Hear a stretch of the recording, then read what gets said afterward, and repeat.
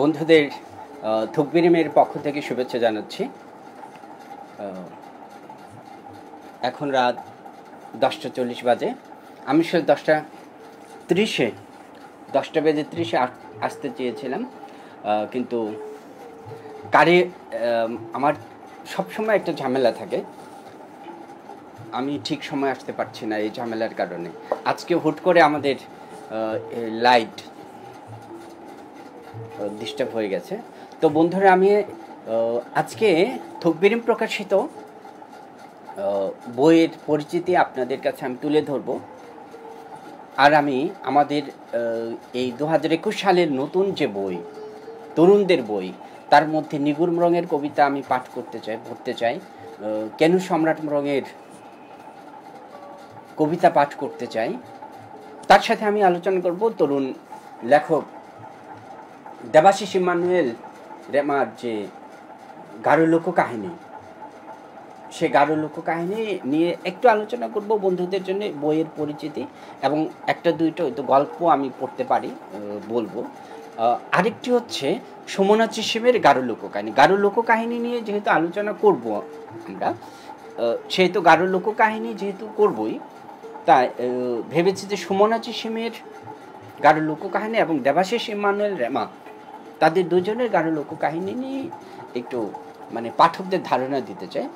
পাঠক, আপনাদেরকে আবারও শুভেচ্ছা জানাচ্ছি। আমার সাথে যারা এই মুহূর্তে যুক্ত হয়েছেন, আপনারা যদি আমাকে, আমি দেখতে পাচ্ছি কি না জানি না, আগে আমি দেখি, যে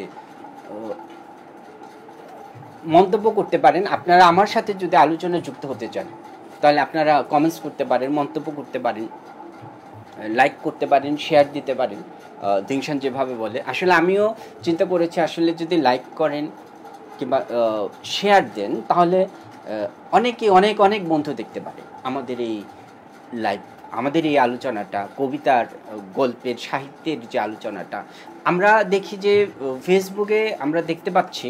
ফেসবুক না, শুধু আমাদের গাঢ় সাহিত্য নিয়ে, গাঢ় লেখকদের লেখা নিয়ে আলোচনাটা খুব বেশি চোখেই পড়ে না। তো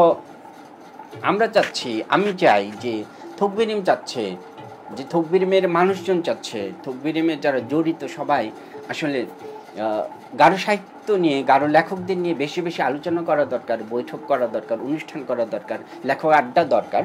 আমরা করতেও চাই, কিন্তু করোনার জন্যে আমরা নিজেরা একটু থমকে গেছি, কিন্তু আমরা করব, আশা করছি। লেখক আড্ডা আমরা আবার শুরু করব, গাঢ় লেখকদের নিয়ে আমরা আলোচনা করব, গাঢ় সাহিত্য নিয়ে, শিল্প সংস্কৃতি নিয়ে আমরা আলোচনা করব। বন্ধুরা, এই করোনাকালীন আমরা যতটা পারি চেষ্টা করছি আপনাদের আমাদের নতুন প্রকাশিত বই, গাঢ় লেখকদের প্রকাশিত বই পরিচিতিকরণের জন্য। দেখি তো আমি শেয়ার শুনতে পাই কেন? হ্যাঁ, শুনতে পাচ্ছি বন্ধুরা, আমি শুনতে পাচ্ছি। শুভেচ্ছা। আচ্ছা, আমি শেয়ার দিয়ে দেই, দেখি কোথায় শেয়ার দেওয়া যায়। বন্ধুরা, আগে আমি আলোচনাটা শুরু করব, একটু শেয়ারটা দিয়ে নেই। বাচ্চা আমার শেয়ার না, আগে শেয়ার নিকো না, যেন আঙিয়া বলা রাংখ, আঙিয়া কুরাং রাংখ, আরো বাঙি মাদিরাং যেন খিনানা মান্না, নিনা মান্না।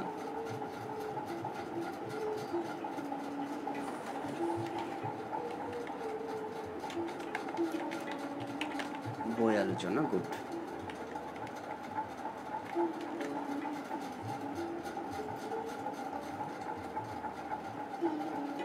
ইতিমধ্যে আমি একটা শেয়ার দিয়ে দিয়েছি, আরেকটা দিতে পারে, আমি আমার পেজে দেওয়া যায় কিনা।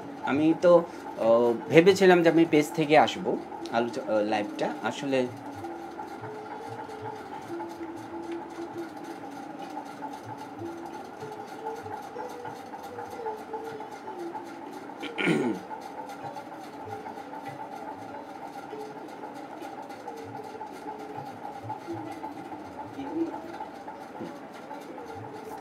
তো বন্ধুরা, আমি শুরু করব আজকের আমাদের যে নির্ধারিত আলোচনা। আমি গতকাল আমি দুঃখ প্রকাশ করছি, গতকাল আমি আসতে পারিনি।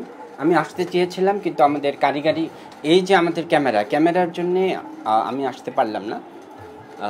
তো বন্ধুরা, সবাইকে যারা ইতিমধ্যে আমার সাথে যুক্ত হবেন, আপনাদের সবাইকে শুভেচ্ছা জানাচ্ছি। থকবিরের পক্ষ থেকে অভিনন্দন জানাচ্ছি। নিশ্চয়ই আপনারা এই করোনাকালীন সময় ভালো থাকার চেষ্টা করছেন, ভালো আছেন। আমরা মোটামুটি চেষ্টা করছি ভালো থাকার জন্য। কিভাবে ভালো থাকা যায় তার জন্য আমরা চেষ্টা করছি। আমরা সবসময় মাস্ক পরছি এবং আমাদের যে হ্যান্ড স্যানিটাইজার ব্যবহার করছি। বাইরে গেলে আমরা একদম স্বাস্থ্যবিধি মানার চেষ্টা করছি কঠোরভাবে, যদিও বা একদম নিতান্ত প্রয়োজন ছাড়া আমরা বাইরে যাচ্ছি না। আর সবসময় আমার সাথে আমার যে বন্ধু থাকে দিংশান, তুমি একটু আসো। দিংশান, তোমার কি মন খারাপ? একটু হাই হ্যালো করে যাও। চার্জার লাগবে তোমার? একটু 10 মিনিট পরে আসো, একটু হাই হ্যালো করো। 10 মিনিট পরে তুমি তোমার চার্জার আমি তোমাকে দেবো। 10 মিনিট পরে প্লিজ। হ্যাঁ, আমি জানি ওইখানে চার্জ নেই। আমি এখন একটু আগে কথা বলে নিই।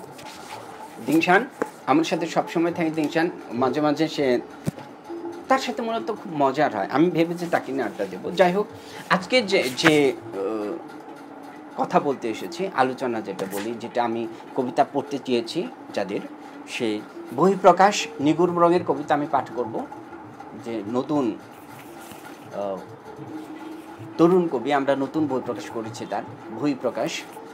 তারপর কবিতা পাঠ করব ওয়ানগালা, আমাদের এটা নতুন বই, একদম কেনুস সম্রাট রং।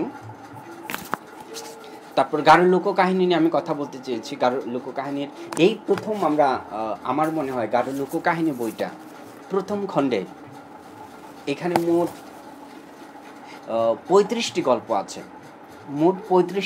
আছে। এই গারো লোককাহিনী। আমরা এটা নিয়ে একটু আলোচনা করব। তারপর আলোচনা করব আমরা গারো লোককাহিনী আরেকটি সুমনা চিসিমের, এই বইটি নিয়ে আমরা আলোচনা করব। সুমনা চিসিমের এই বইটি নিয়ে আমরা কথা বলবো। আমরা এর আগে কথা বলেছিলাম কবি মতেন্দ্র মার্কিনের যে কবিতার বই ময়ূর নৃত্য, এই বইটা নিয়ে আমরা কথা বলেছিলাম। তো আপনাদের সারা, আপনাদের যে আহ্বান, আপনাদের যে মানে সারাই বলবো, লাইভে সারা, আপনারা দর্শকদের শুভাকাঙ্ক্ষী মানে শুভার্থীদের যে সারা, খুবই আমাদেরকে কি বলবো, এই যে আরেকটি লাইভে আসার জন্যে যে প্রেরণাটা দিয়েছে, আমি মনে করি আপনাদেরকে অনেক অনেক শুভেচ্ছা জানাই, অনেক অনেক ধন্যবাদ জানাই। আপনারা আমাদের সাথে আছেন বলেই আমরা সাহস পাচ্ছি কথা বলার জন্যে, গারো শিল্প সাহিত্য সংস্কৃতি নিয়ে কথা বলার জন্যে। আসলে গারো শিল্প সাহিত্য সংস্কৃতি নিয়ে কথা বলার জন্যে আমাদের যে মানে আমরা প্ল্যাটফর্ম বলি, হ্যাঁ, আমাদের এইসব দরকার। এখন আমরা এই ফেসবুকের মাধ্যমে আমরা কথা বলতে পারি, আমরা কি বলবো, জুম মিটিং করে কথা বলতে পারি, কিংবা কি যেন বলে আরেকটা, বেশ কয়েকটি ফেসবুকে একটা অপশন আছে মানে কথা বলার জন্য। যাই হোক, এখন আমি একটি কবিতা পাঠ করতে চাই। কবিতা নিগুড় রঙের কবিতা আমি পড়ব, তরুণ কবি নিগুড় রং। এই বইটির নাম হচ্ছে বহিঃপ্রকাশ। এটা প্রকাশ হয়েছে এই 2021 সালের। একদম তরুণ কবি নিগুড় রং, তরুণতর কবি, সম্ভাবনাময় কবি। এবং আমরা থকবির সবসময় তারুণ্যকে প্রাধান্য দেয়, তাদের কাজকে, তাদের চিন্তাকে, বিশেষ করে তাদের যে ইউনিক চিন্তা, তাদের নতুনত্ব, সেটা আমরা গুরুত্ব দিয়ে থাকি। যাই হোক, কথা বাড়াচ্ছে না, আমরা কবিতা পাঠ করছি।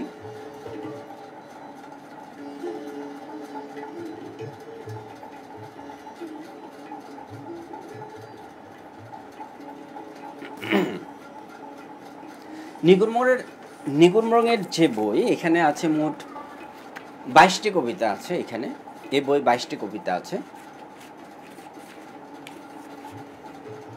আমি পড়ছি মান্দিবাড়ি কবিতা পড়ছি।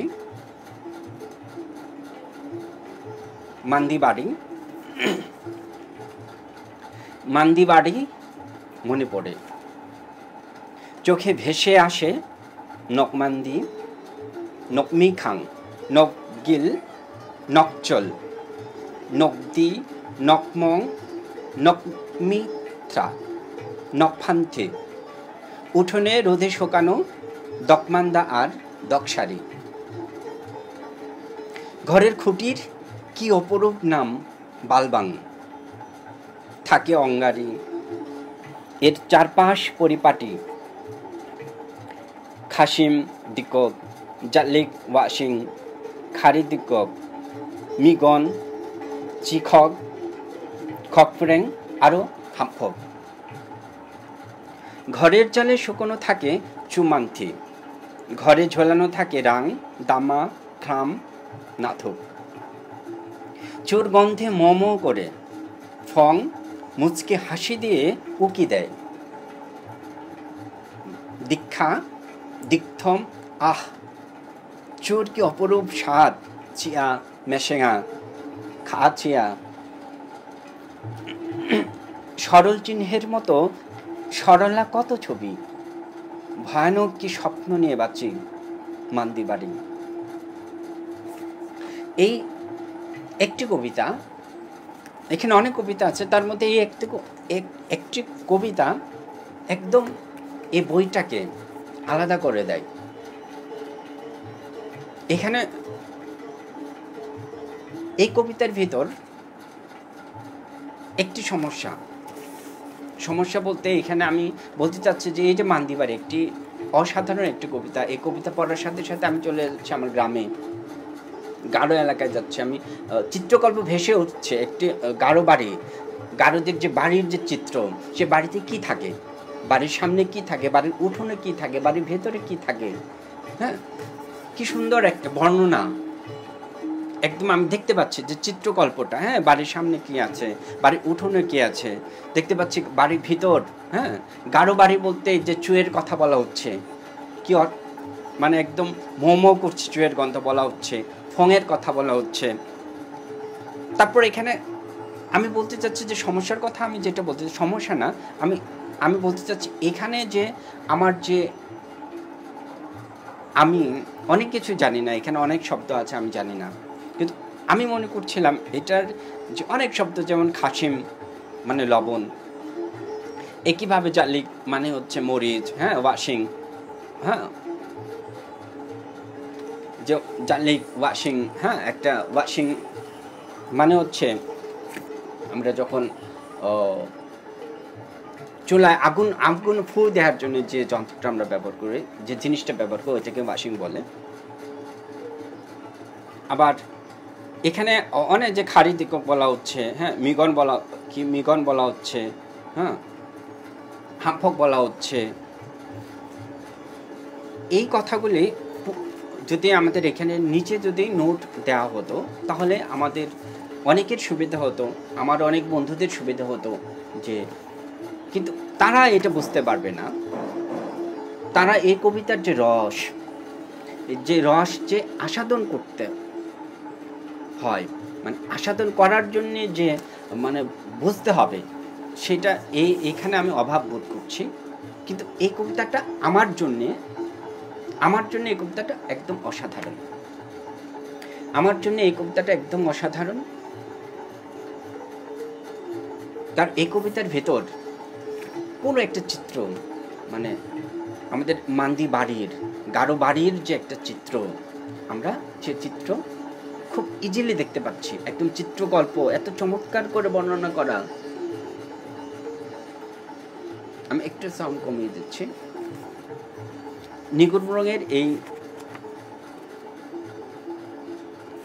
তারপর আমি আরেকটি কবিতা পড়ছি নিগুড় রঙের,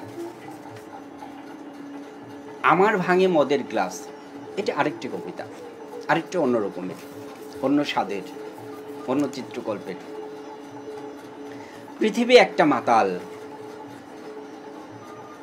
আমি আরেক মাতাল, দুই মাতালে মাতালে ধস্তা ধস্তি। মদের গ্লাস ভেঙে যায়, লজ্জায় ভাঙে মদের বোতল। কারো ভাঙে বিষের বোতল, ভাঙে কারো কাঁচের প্লেট। আমার ভাঙে মদের গ্লাস। কারো ভাঙে ঘরের আয়না, কারো বদ্ধ জানালার গ্লাস। আমার ভাঙে আমার ভাঙে মদের গ্লাস, আমার পৃথিবী গড়া চতুর্মুখী কাঁচ, পৃথিবীটা তাই কাঁচের মতো চৌচির, তাই আমি ভাঙনের সুরে মাতাল হতে অস্থির।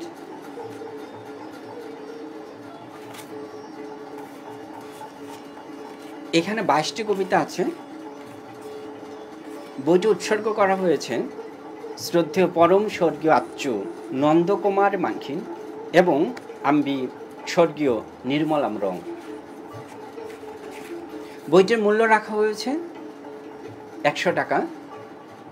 আর প্রচ্ছদ করেছেন, এই যে মনোরম যে প্রচ্ছদ, খুব দৃষ্টিনন্দন একটি প্রচ্ছদ, প্রচ্ছদটি করেছেন কবি নির্ঝর নৈশব্দ।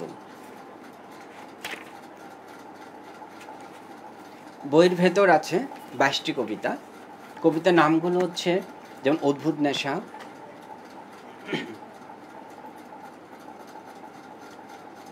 বিষাদ, প্রেম নেশা, ভয়, এক প্রহরের ব্যথা, প্রাক্তন তোমার উত্তর, মন অপহরণ, সার্থক প্রেমিক, শব্দহীন, মাতাল কাব্যের গান, আমার ভাঙে মদের গ্লাস, অভিযোগনামা, যন্ত্রণা, অহমিকা, বিবর্ণ চারিদার, ঠোঁট ঠেসে দে প্রতিবাদে, ঝরাপাতা, মরিচা, রাষ্ট্র প্যাকেজে আমার উঠুন বেচে, মান্দিবাড়ি, 2 বছর যন্ত্রণা, বহিঃপ্রকাশ। আমি আসলে পড়তে চেয়েছিলাম যে রাষ্ট্র প্যাকেজে আমার উঠুন বেচে, এই কবিতাও আমার পছন্দের আরেকটি কবিতা ছিল। কিন্তু আমাকে আলোচনা করতে হবে, মানে পাঠক আপনাদের জন্যে, মানে আমার যে বলার যে আরও 3টি বই আছে, পাঠক আমি 3টি বই হতে অল্প সময়ের মধ্যে শেষ করতে পারবো না, তা আমি অন্য আরেকটি কবিতা পড়তে চাই। এখন আমি অন্য আরেকটি কবিতা বলতে আমি ওয়ানগালা চিংড়ি ওয়ানগালা কেন সম্রাট মৃগের থেকে পড়ব। বন্ধুরা, ওয়ানগালা চিংড়ি ওয়ানগালা কেন সম্রাট মৃগ, এটি ওনার প্রথম বই। বলে রাখি এই যে নির্ঝরের যে প্রচ্ছদ করা, মনোরম প্রচ্ছদ করা এই বইটি যে বহিঃপ্রকাশ নিগুড় রঙের, এটি প্রথম বই নিগুড়েরও। এবং আমাদের যে থকবিরিম প্রকাশনার যে মনোরম প্রচ্ছদগুলো, অনেক প্রচ্ছদ, মানে প্রায় বলতে গেলে সব, 2-1টা বাদে আমাদের বন্ধু কবি শিল্পী নির্ঝর নৈশব্দের করা প্রচ্ছদগুলি। তো নির্ঝরের প্রতি আমার অনেক অনেক ভালোবাসা, আমার বন্ধু, কৃতজ্ঞতা জানাই। তো আমি ওয়ানগালা কেন সম্রাট মৃগ থেকে কবিতা পড়ছি। কেন সম্রাট মৃগের জন্ম হচ্ছে 30শে জানুয়ারি 1972 সালে। ওনার গ্রামের বাড়ি হচ্ছে দক্ষিণ গোসাইপুর, ধোবাউড়ায়, ময়মনসিংহ জেলার ধোবাউড়া থানায়।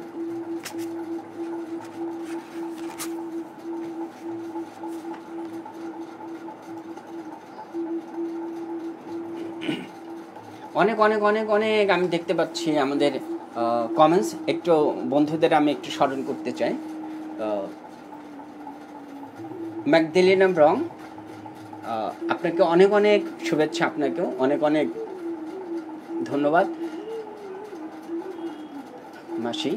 তো সাইদুল ইসলাম বন্ধু, কেমন আছো মিঠুন? বড় ভাই সাইদুল ইসলাম, কেমন আছো মিঠুন? হ্যাঁ, আমি আপাতত এখন পর্যন্ত ভালো আছি। এই তো ভালো থেকে আমি লাইভে আসছি, আমি কথা বলছি, আমাদের গাঢ় লেখকদের কবিতা পাঠ করার চেষ্টা করছি, তাতে লেখা নিয়ে আমি একটু বলার চেষ্টা করছি। এখন পর্যন্ত আমি ভালো আছি, আপনারাও নিশ্চয়ই ভালো আছেন। কয়েকদিন আগে ছবি দেখলাম আপনারও ফেসবুকে। তেনজিং দীপরা, আজকে দারুণ দারুণ কবিতা শুনতে চাই। আচ্ছা, আজকে দারুণ দারুণ কবিতা শুনতে চাই না? হ্যাঁ, অবশ্যই আমি পড়তে চাই, দেখি কতদূর পড়া যায়। সাউন্ড নাই? হ্যাঁ, সাউন্ড নাই। আপনারাও নিশ্চয়ই ভালো। না, আচ্ছা, সাউন্ড আছে। নেট সমস্যা, ইচ্ছে থাকা সত্ত্বেও থাকতে পারছি না, পরে দেখে নেব। আচ্ছা, ম্যাগডালেনা রং। তারপর পলি সুবর্ণাথ রং, আরেকজন কবি আমাদের, সে ময়মনসিংহ থেকে কবি। কবিকে শুভেচ্ছা, গারো লোক কাহিনীর বইটি কিনতে চায়। আচ্ছা, অবশ্যই অবশ্যই অবশ্যই আমি পৌঁছে দেবো ময়মনসিংহ, অবশ্যই অবশ্যই। কবি পলি সুবর্ণাথ রং, অনেক অনেক অনেক অনেক ধন্যবাদ কবি। সুন্দর কবিতা, গাঢ় বাড়ি চোখে ভেসে উঠলো। আহা, সত্যি সত্যি নিকটের কবিতাটা আসলেই ভালো, একটি চিত্রকল্পময় কবিতা। যাই হোক, জনসন মৃ, আমি বিশ্বাস করি তোমার লাইফ অনেক সুন্দর ও সার্থক হবে। আহা হা আহ, মনটা ভরে গেছে জনসন দা, আপনি কি সুন্দর করে বললেন যে আমি বিশ্বাস করি তোমার লাইফ অনেক সুন্দর ও সার্থক হবে। অবশ্যই আমার লাইফ, এই যে আমি কথা বলছি জীবন্ত, হ্যাঁ, আপনাদের যে কমেন্টস পাচ্ছি দূর থেকে, আপনি সেই কালাচাঁদপুর থেকে বলছেন, কমেন্টস করছেন, আপনাকে অনেক অনেক ধন্যবাদ, অভিনন্দন। আমাকে এই যে কমেন্টস করে আমার জোরটা আরও বাড়িয়ে দিলেন, আরও বাড়িয়ে দিলেন, অনেক অনেক ধন্যবাদ বন্ধুরা। আমার জন্য আপনারাও কমেন্টস করুন।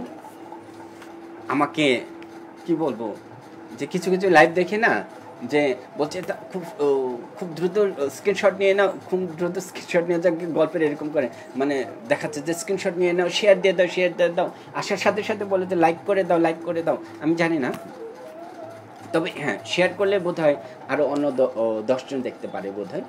যাই হোক, ওইটা আলাদা জিনিস। তো যখন কমেন্টস করে, এই যে লাইভে এসে আমি আপনাদের সাথে আলাপ করছি, আমার সাথে আছেন আপনারা, আমার সত্যি ভালো লাগছে, খুবই ভালো লাগছে। আমি এখন কেন সম্রাট রঙের কবিতা পড়তে চাই। কবিতার বইটি হচ্ছে ওয়ানগালা, আচিংনি ওয়ানগালা, প্রকাশ হয়েছে 2021 সালের বইমেলায়। প্রচ্ছদ, এই সুন্দর মনোরম প্রচ্ছদটি করেছে নির্ঝর নয় শব্দ। এটার মূল্য হচ্ছে 20 টাকা, 120 টাকা। বইটি উৎসর্গ করা হয়েছে সহধর্মিণী মুক্তা মার্গারেট চিছামকে। আপনারা কবির চেহারা দেখে নিতে পারেন বন্ধুরা, আপনারা কবির চেহারা একটু দেখে নিতে পারেন। অনেকেই আছেন এই অনেকেই লাইভে আছেন হয়তো, কিংবা পরে দেখবেন যে কবির বন্ধু স্বজন, আপনারা দেখে নিতে পারেন কবিকে। কবির এই বইটিতে কবিতা আছে, মোট 20টি কবিতা আছে। আমি প্রথমে কবিতাটা পড়ব।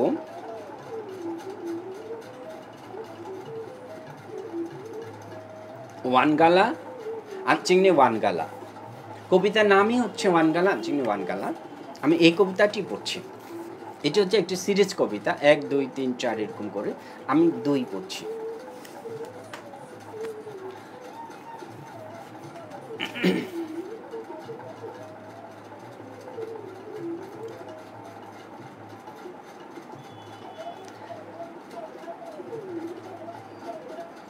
আমি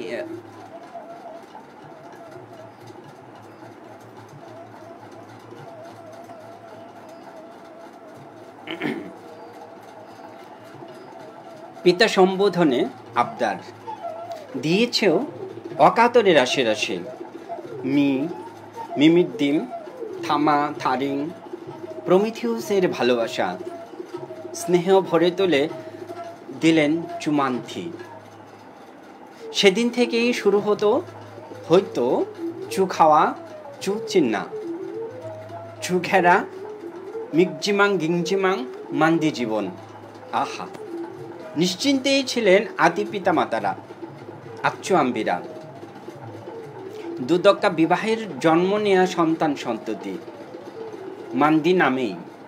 সে মান্দি হোক বা না হোক, মান্দি মানে মানুষ, এদের পরিচিতি।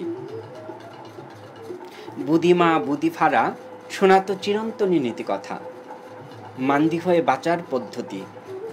শোনো, আমরা হলাম মান্দি মানুষ, রিঙে চায়ে ঝগড়া করলে আমাদের হয় না কোনো দোষ। আফফা শালচং এর সব সন্তান তোর। ওয়ানগালা রংচুগালা মিট্টি ঠাত্তায় চুরিঙে চুফেক্কে হয়ে থাকতো চুর। রে রে আজিয়ার মাদকতায় মান্দি গ্রামে সন্ধ্যা হয়ে যেত ভোর। ওয়াকদক্কা নগ্গাতা নক মানে যদিও ঘর বা বাড়ি, এ করে করেই গারোদের ঘরে ফেরার মানে মনে হতো না দরকারি।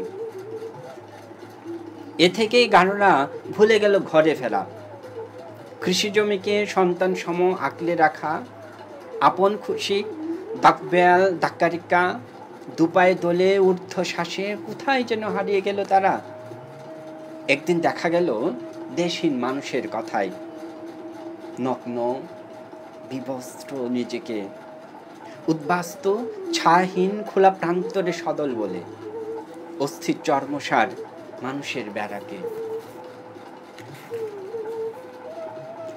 ততক্ষণে বহুধা পরিচিতি, উপজাতি, নৃতাত্ত্বিক, ক্ষুদ্র নৃগোষ্ঠী, যুগের সাথে তাল মেলাতেই এই ন্যানো প্রযুক্তি।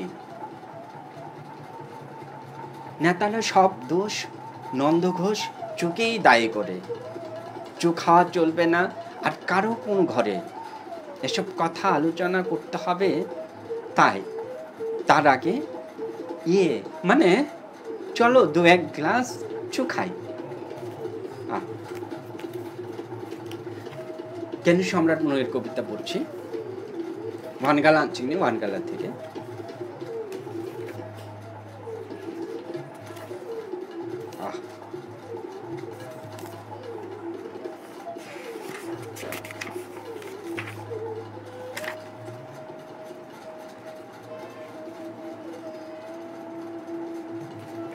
আরেকটা কবিতা পড়বো আমি।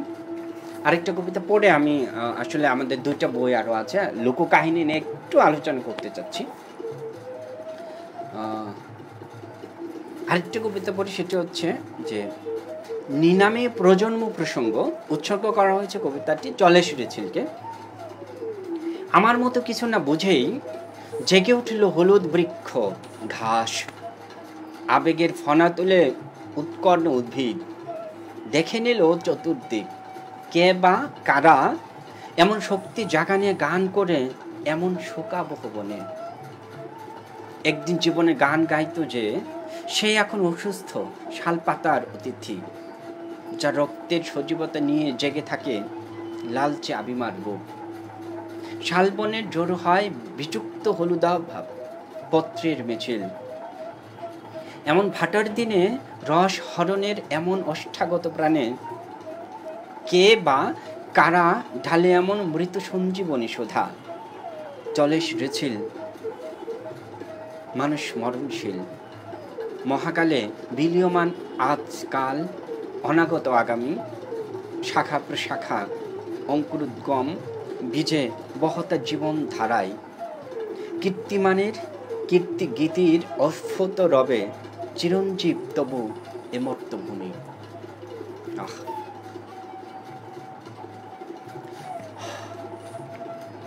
পাঠক, আপনারা যদি ওয়ানগালা চিনি ওয়ানগালা কেন সম্রাট মনের বইটি সংগ্রহ করতে চান, কিংবা বই প্রকাশ বইটি সংগ্রহ করতে চান, তাহলে অবশ্যই সংগ্রহ করতে পারবেন। আপনারা কমেন্টস করবেন, আপনাদের পুরনো ঠিকানা দেবেন, মোবাইল নাম্বার দেবেন, ইনবক্স করবেন, তাহলে আপনারা এই করোনার সময়ও বাসায় বসে আপনারা এই বইগুলি পড়তে পারবেন, সংগ্রহ করতে পারবেন। বন্ধুরা, আমি এখন পড়তে চাই আজকের দুটি বই। একটি হচ্ছে গারো লোককাহিনী সোমনাথ সিমের লোককাহিনী, আরেকটি হচ্ছে গারো লোককাহিনী দেবাশিস ইম্মানুয়েল রেমা।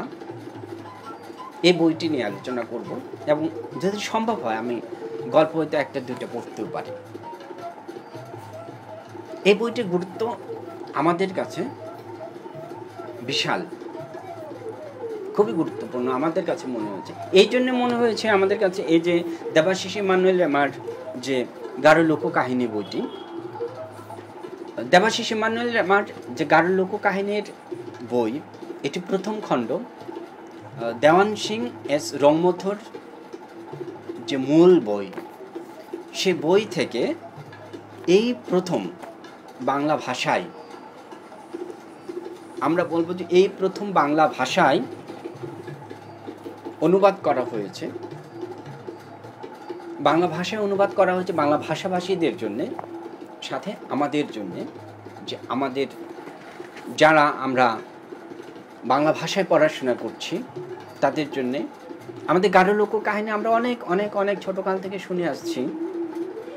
আমরা ছোটোকাল থেকে অনেক গল্প, অনেক কাহিনী শুনে আসছি। এই প্রথম খণ্ডে এখানে এই অনেক গল্প, পরিচিত গল্প আছে। পাঠক, আমি মনে করি আপনারা যদি সংগ্রহ করেন, আপনাদেরও মনে পড়বে এই গল্পটি। আপনারা ছোটোকালে বাপ দাদার কাছে, আম্বির কাছে, নানির কাছে শুনেছেন।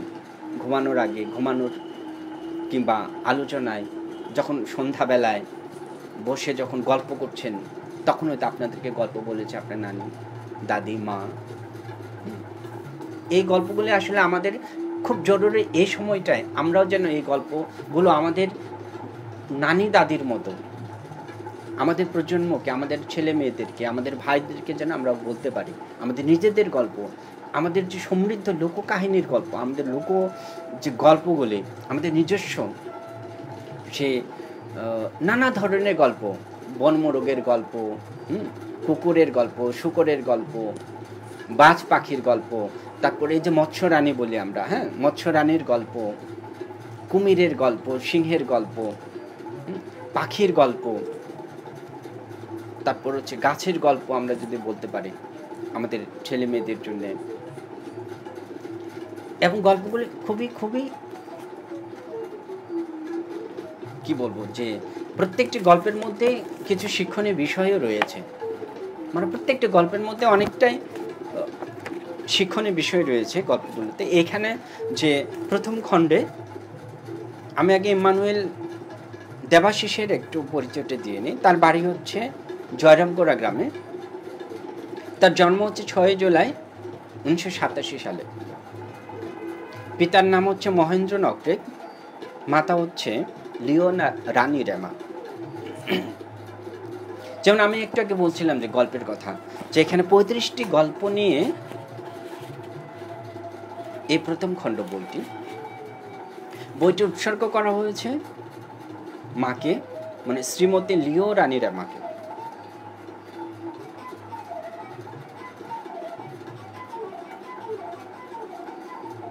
বইটির মূল্য রাখা হয়েছে 250 টাকা। আপনারা যদি সংগ্রহ করতে চান, বইটি সংগ্রহ করতে পারবেন থোকবিরিম থেকে।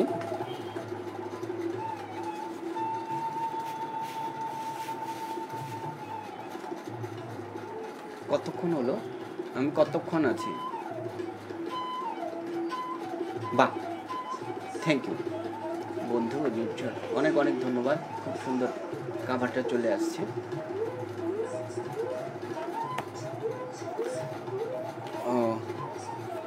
তো এখানে গল্পের আমি সূচিগুলি পড়ছি বন্ধুরা। আর্চিক লিপি, সালারাম মিত্তেচাক দম্বিওয়ারি, রাজা আবংনগা ও তার রানী, গাংবনকমা চিপ্পু রাজা, তারপর হচ্ছে চেলা আসানপা ও ব্রাডা, ডেলং, দরন ও অপসরা, মৃত্যুবিষা ও জিন, দাম্পো, শাওরা, স্পোরা ও মৎস্যরানী, 2 ঘুঘু ও 2 ভাই, জাদুর কৌশিক বস্ত্র, চাঁদ অবধি মই, 5 ভাইরা, বুড়া পা, 2 ভাইরা ভাই, চোরের শাস্তি, প্রথম মিথ্যা শপথের প্রথম পাপ,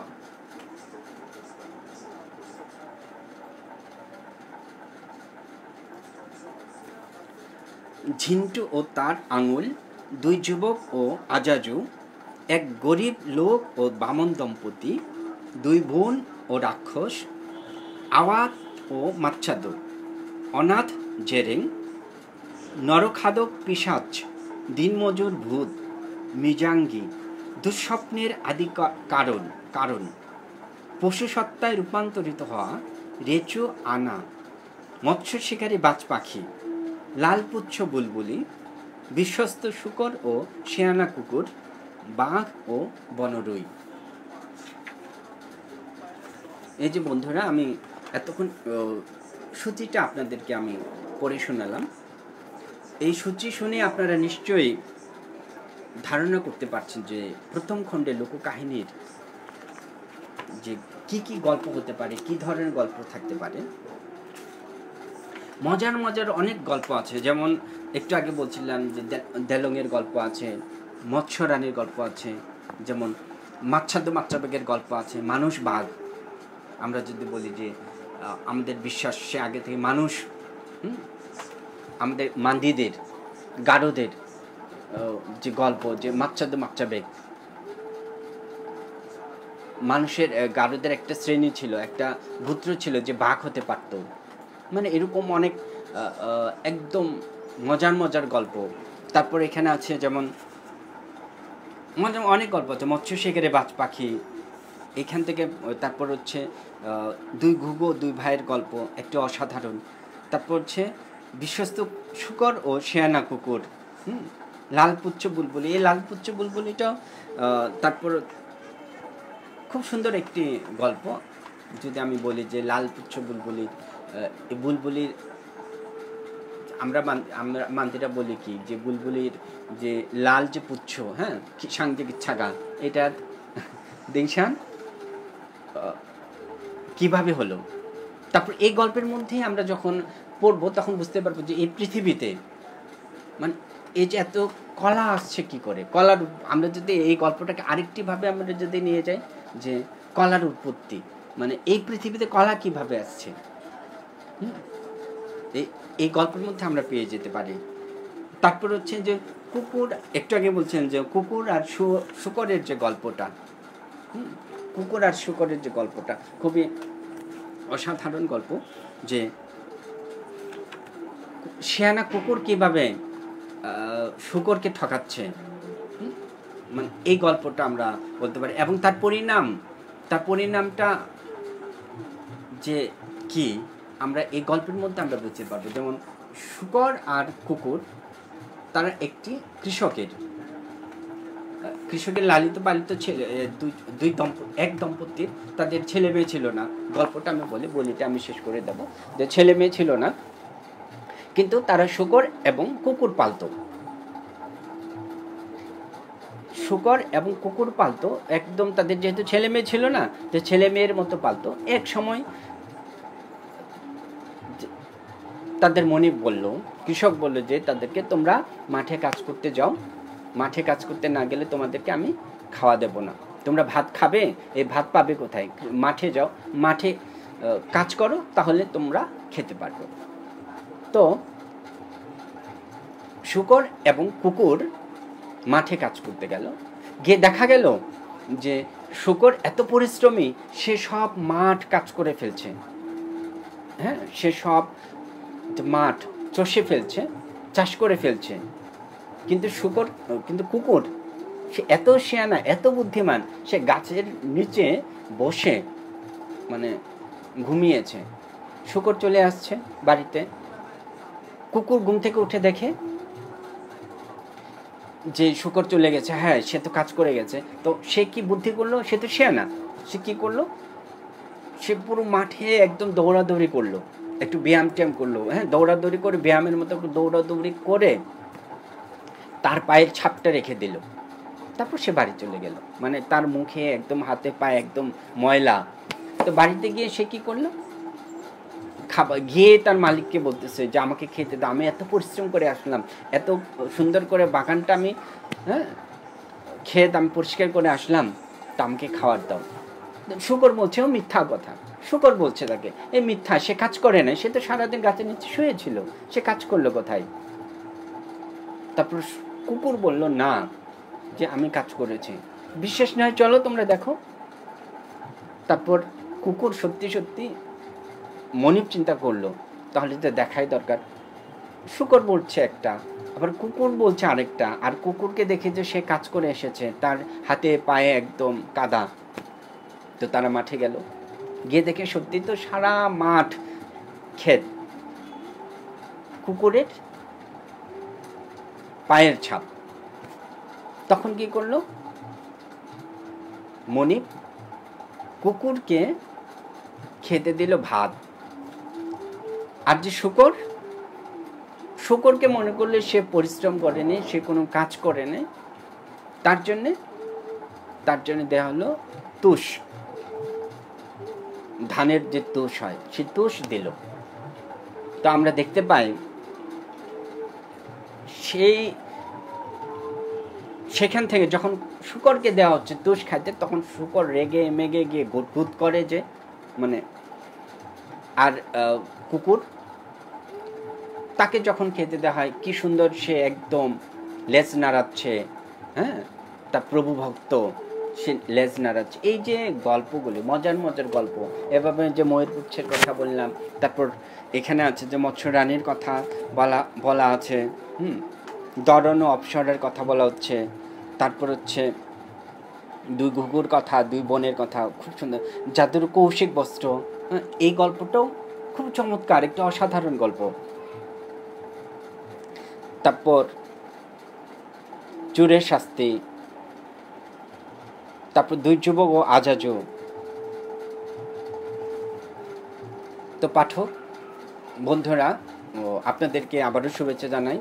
এখন রাত প্রায় 11:30 বেজে যাচ্ছে। আমি অনেকক্ষণ মনে কথা বলছি, অনেকক্ষণ হয়ে গেল আমি কথা বলতে শুরু করেছি, আর থামতে পারছি না, এরকম হচ্ছে। কিন্তু যেহেতু বইয়ের আলোচনা করতে এসেছি, এখন শেষ হচ্ছে না, আমি থামিয়ে দিচ্ছি আপাতত।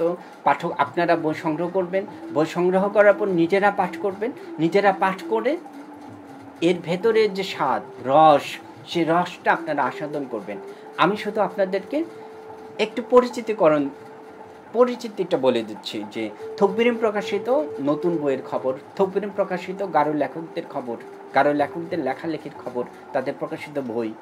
বন্ধুরা, এখন আমি আরেকটি বই নিয়ে আমি কথা বলতে চাই, সেটি হচ্ছে গারো লোককাহিনী সুমনা চিসিমের।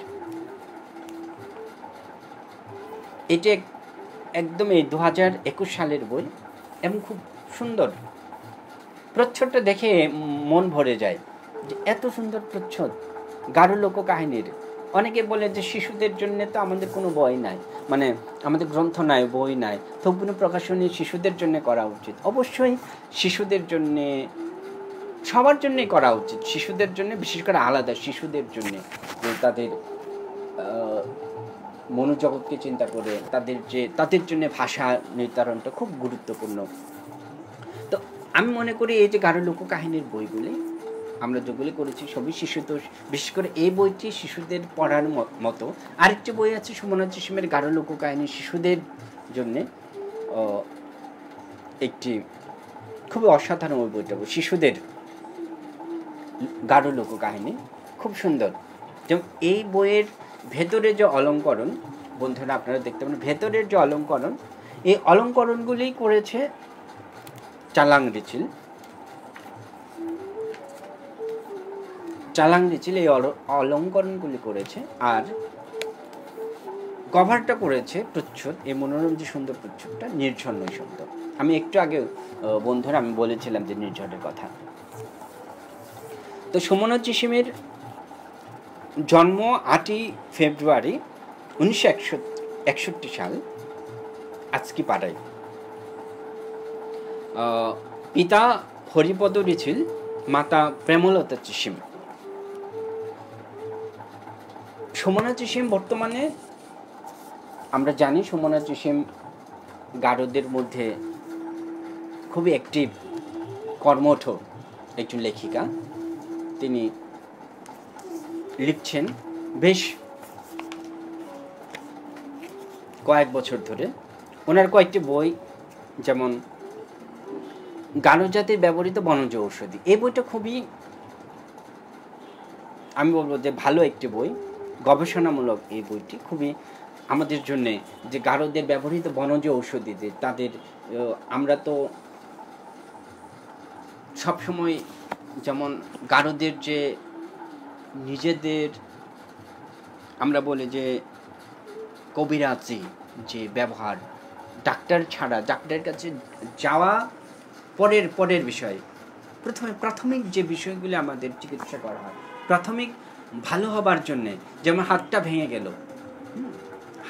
গেল, আমরা কি করব, হাত ভাঙার জন্যে যে কবিরাজির যে কৌশল, কবিরাজির যে ঔষধ, ব্যবহৃত ঔষধ কি করা হতো, এই বিষয়গুলো ওই বইটাই আছে। তারপর আরও নানা বিষয় যদি আপনার সংগ্রহ করেন বইতে, মানে আমি মনে করি আগ্রহী পাঠকদের জন্য অনেকেরই কাজে লাগবে বইটি। আরেকটি হচ্ছে ছোটদের গাঢ় লোককাহিনী, 1971 স্মৃতিতে গাঢ় শরণার্থী, সাংমা অন আ হুইল চেয়ার। এটি হচ্ছে চিবল সাংমাকে নিয়ে, ঢাকা বিশ্ববিদ্যালয়ের মেধাবী ছাত্র চিবল সাংমার আত্মজীবনীমূলক একটি লেখা গ্রন্থ। তারপর আমার দেখা আফ্রিকা, এটি হচ্ছে ভ্রমণ। আমার দেখা আফ্রিকা হচ্ছে এটি, আমার দেখা আফ্রিকা হচ্ছে ভ্রমণ। এখানে আছে, আমি দেখাচ্ছি যে ভ্রমণ বিষয়ক বই। তারপর আরেকটি হচ্ছে দেলং। আমার সামনে আছে দেলংটা, আমি দেখাই, আমার সামনে আছে দেলং।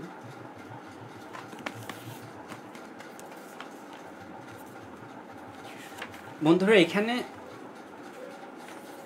মোট গল্প আছে। গল্পের প্রথমেই বলে রাখি যে আমি উৎসর্গটা হচ্ছে এই বইয়ে তিনি যাদেরকে উৎসর্গ করেছেন, মিলন চিসিম ও আলবার্ট মার্কিন।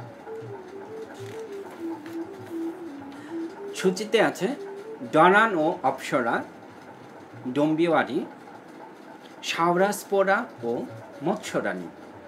তিনটি গল্প, কিন্তু তিনটি গল্পে একদম খুব সুন্দর, শিশুদের জন্য পড়ার উপযোগী একটি সাবলীল ভাষায় বলা যায়। এই বইটির সাবলীল একদম প্রাঞ্জল ভাষায় তিনি একদম শিশু উপযোগী করে, শিশুদোষ বলতে পারে, ছবি সহ খুব সুন্দর লিখেছেন। আমরা যদি দেখি একবার, ছবিগুলি সব চালাং রিচিলের করা, খুব সুন্দর।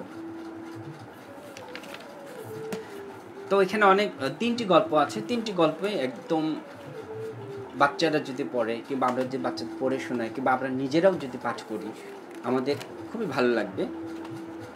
ডম্বিওয়ারি গল্প আছে, খুব মজার গল্প। হ্যাঁ, ডম্বিওয়ারি গল্পটা, ডলানো অপসরাও খুব মজার গল্প।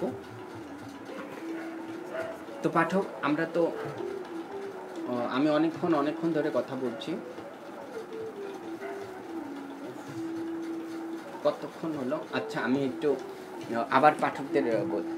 অথসিয়াম বলছে, কেমন আছেন দাদা? হ্যাঁ অথসিয়াম, আমি ভালো আছি, তোমরা নিশ্চয়ই ভালো আছো, অনেক অনেক ধন্যবাদ।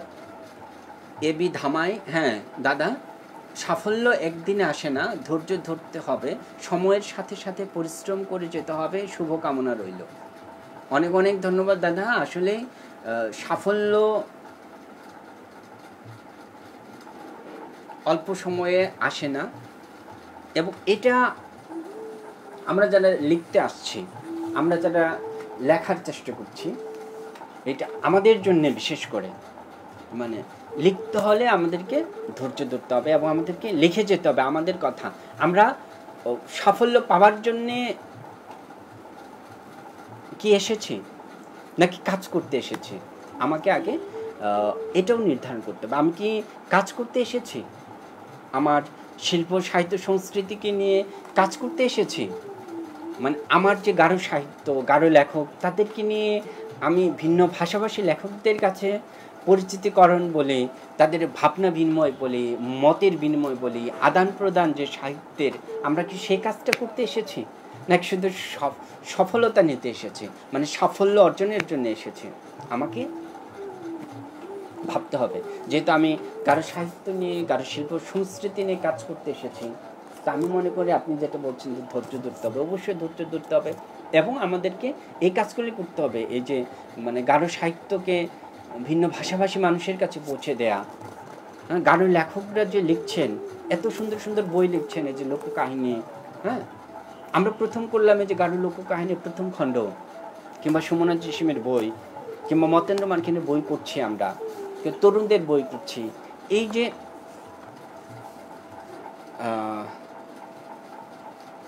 কাজ করার চেষ্টা করছি, এটার উদ্দেশ্য কি? আমরা থকবিরম করার উদ্দেশ্য হচ্ছে আমরা গাঢ় লেখকদের লেখা যেমন প্রকাশ করা, তেমনি তাদের লেখাটাকে প্রকাশ করে শুধু কবজা করে তালা মেরে রাখা নয়, যেন সবাই জানতে পারে, বাংলা ভাষাভাষী লেখকরা যেন জানতে পারে গারো ভাষার সাহিত্য যে সমৃদ্ধ একটা সাহিত্য সেটা শুধু যে আমরা জানবো, আমরা প্রকাশ করলাম, প্রকাশ করে রেখে দিলাম তা না, যেন অন্য ভাষাভাষী মানুষজন জানে, তাদের কাছে নিয়ে যাওয়া, তাদের কাছে পৌঁছানো, এটাও বড় একটা কাজ। প্রকাশ করার পর প্রচারণা, মানুষকে জানান দেয়া, আমি মনে করি সেটা বড় কাজ। এটার জন্য অবশ্যই আমাকে কষ্ট করতে হবে, পরিশ্রম করতে হবে। শুধু তকবিরিম কেন, আমাদের লেখকদের যারা আমরা লিখতে আসছি, আমাদের যে দায়বদ্ধ গারো লেখকদের এখন যারা লিখছেন, আমি মনে করি সবারই আসলে একটা দায় থাকে, একটা দায়বদ্ধ থাকে। আমাদের নিজস্ব ভাষাটাকে, নিজস্ব সাহিত্যকে, নিজস্ব সংস্কৃতিকে তুলে ধরা, বিকাশের জন্য কাজ করা, প্রচার করা, প্রসার। আমি মনে করি এই কাজটা প্রত্যেক লেখকের দায়িত্ব। তকবিরিম দায়িত্ব নিয়েছে কাজ করার জন্য, কিছুটা করে যাচ্ছে এবং করার চেষ্টা করছে। এই যে আপনাদের মতো মানুষ পেয়েছি বলে আমরা আসলে সাহস পাচ্ছি। দাদা, আন্তরিকভাবে আপনাকে ধন্যবাদ। আমার সাথে আছেন দোস্ত, শুভকামনা, অনেক অনেক ভালো লাগছে দোস্ত।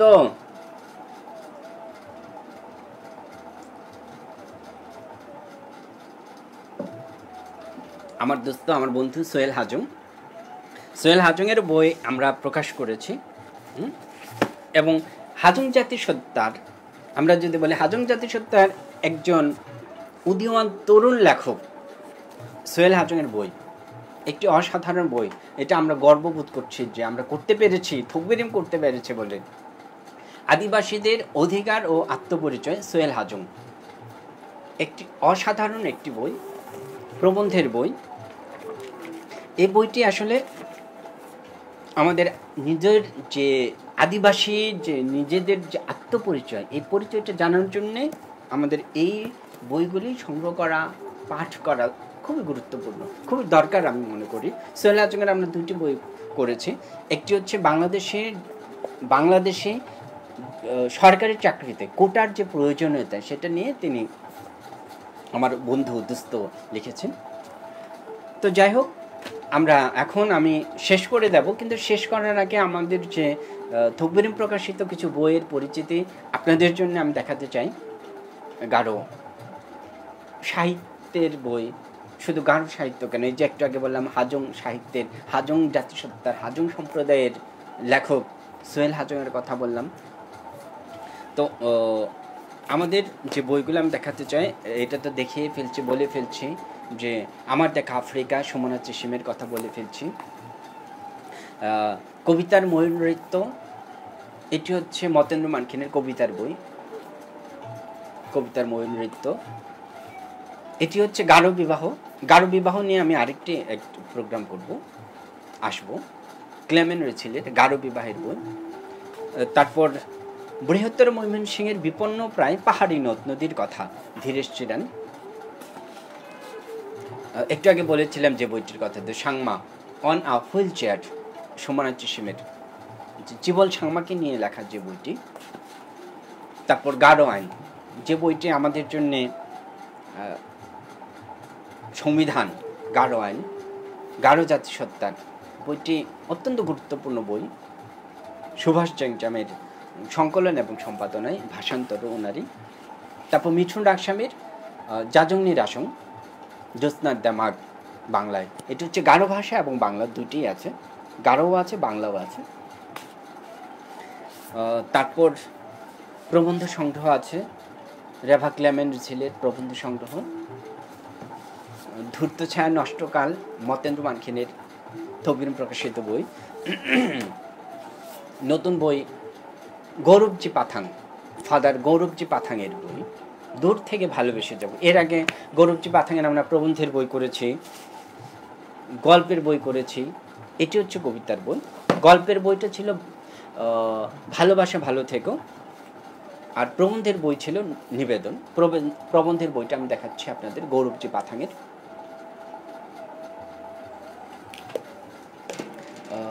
তারপর আমরা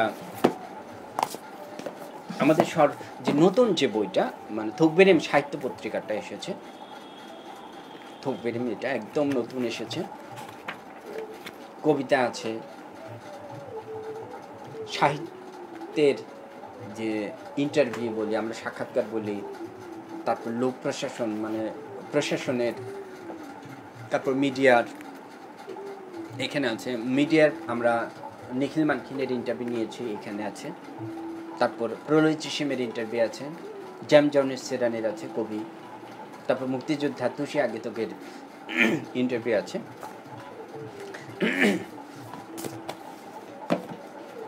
পাঠক শেষ করব আজকের এই বইটা দিয়ে শেষ করব, যে রাভা মনীন্দ্রনাথ মারাগে রচনা সংগ্রহ, গারো জাতি সত্তা বিষয়ক, গারো সম্প্রদায় বিষয়ক, গারো আদিবাসীদের আত্মপরিচয় বিষয়ক যে বইটা আমি মনে করি খুব গুরুত্বপূর্ণ, আমাদের প্রত্যেকের পাঠ করা উচিত, প্রত্যেকের সংগ্রহে থাকা উচিত বলে মনে করি। সে বইটি হচ্ছে এই বইটি।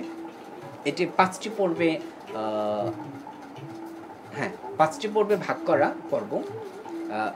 প্রথমে হচ্ছে আত্মপরিচয়, তারপর নিজের সংস্কৃতি, তারপর হচ্ছে ধর্মচিন্তা, তারপর শিক্ষা ভাবনা এই বইয়ের মধ্যে আছে। এই বইটা খুবই গুরুত্বপূর্ণ আমি মনে করছি, যে পাঠক রাভা মনীন্দ্রনাথ মারাগের বই আপনারা সংগ্রহ করতে পারেন। এবং সংগ্রহ করতে হলে আপনারা আমাদের সাথে যোগাযোগ করতে হবে, আমাদের ইনবক্সে নক করতে হবে, আপনার পূর্ণ নাম ঠিকানা দিয়ে মোবাইল নাম্বার দিয়ে আপনাদেরকে যোগাযোগ করতে হবে। তাহলে আমরা আপনাদের বাসায় পৌঁছে দেওয়ার ব্যবস্থা করব। যেহেতু এখন করোনাকালীন সময়, তো করোনাকালীন সময় আমরা চাচ্ছি না আপনারা আমার বাসায় আসেন কিংবা আমি আপনার বাসায় যাই। আমরা চাই ঘরে থেকে আপনারা এই গুরুত্বপূর্ণ বইগুলো সংগ্রহ করেন এবং পাঠ করেন, এবং আমাদের যে ভাষা, সাহিত্য, সংস্কৃতি, আমাদের নিজস্ব যে উৎসব, নিজস্ব যে আমাদের রিচুয়াল, ডাকবয়াল, এগুলো আপনারা এই বইয়ের ভেতর থেকে জানতে পারবেন। গারোদের যে সাহিত্য, কথা সাহিত্য যদি বলেন, আপনারা উপন্যাস, গল্প আপনারা ঘরে বসে সংগ্রহ করতে পারবেন। থোকবেন প্রকাশনার যে বইগুলি আছে আপনারা যদি সংগ্রহ করতে চান, আমরা আপনাদের জন্যে 20% ছাড় কিংবা 30% ছাড়ে আমরা দিচ্ছি এই করোনাকালীন সময়। তো বন্ধুরা, আপনারা ভালো থাকবেন। খুব সুন্দর সময় কাটালাম আপনাদের সাথে। এতক্ষণ আমি যে আলোচনাটা করলাম গারো শিল্প, সাহিত্য, সংস্কৃতি নিয়ে, থোকবেন প্রকাশিত নতুন বই নিয়ে, গারো লেখকদের প্রকাশিত নতুন বই নিয়ে, আপনাদের নিশ্চয়ই ভালো লাগবে। আপনারা যদি এই বইগুলি সংগ্রহ করেন, তারা কি লিখছেন, কি লেখার চেষ্টা করছেন, সেটা আপনারা যদি বইগুলি সংগ্রহ করেন তাহলে আপনারা বুঝতে পারবেন যে গারো সাহিত্য কতদূর এগোচ্ছে, গারো সাহিত্য নিয়ে কতদূর লেখকরা কি কি চিন্তা করছেন, নতুন সাহিত্যে কি যুক্ত হচ্ছে, লোককাহিনী ছাড়াও আর কি কি বই প্রকাশ হচ্ছে, গারো আইন ছাড়াও আর কি কি প্রকাশ হচ্ছে, এসব আপনারা জানতে পারবেন। বন্ধুরা, আপনারা সবাই ভালো থাকুন, সুস্থ থাকুন, সাবধানে থাকুন, যেখানেই থাকুন, এবং সবসময় আপনারা মাস্ক ব্যবহার করবেন, হ্যান্ড স্যানিটাইজার ব্যবহার করবেন, সাবধানে থাকবেন, সুস্থ থাকবেন। সবাইকে শুভরাত্রি।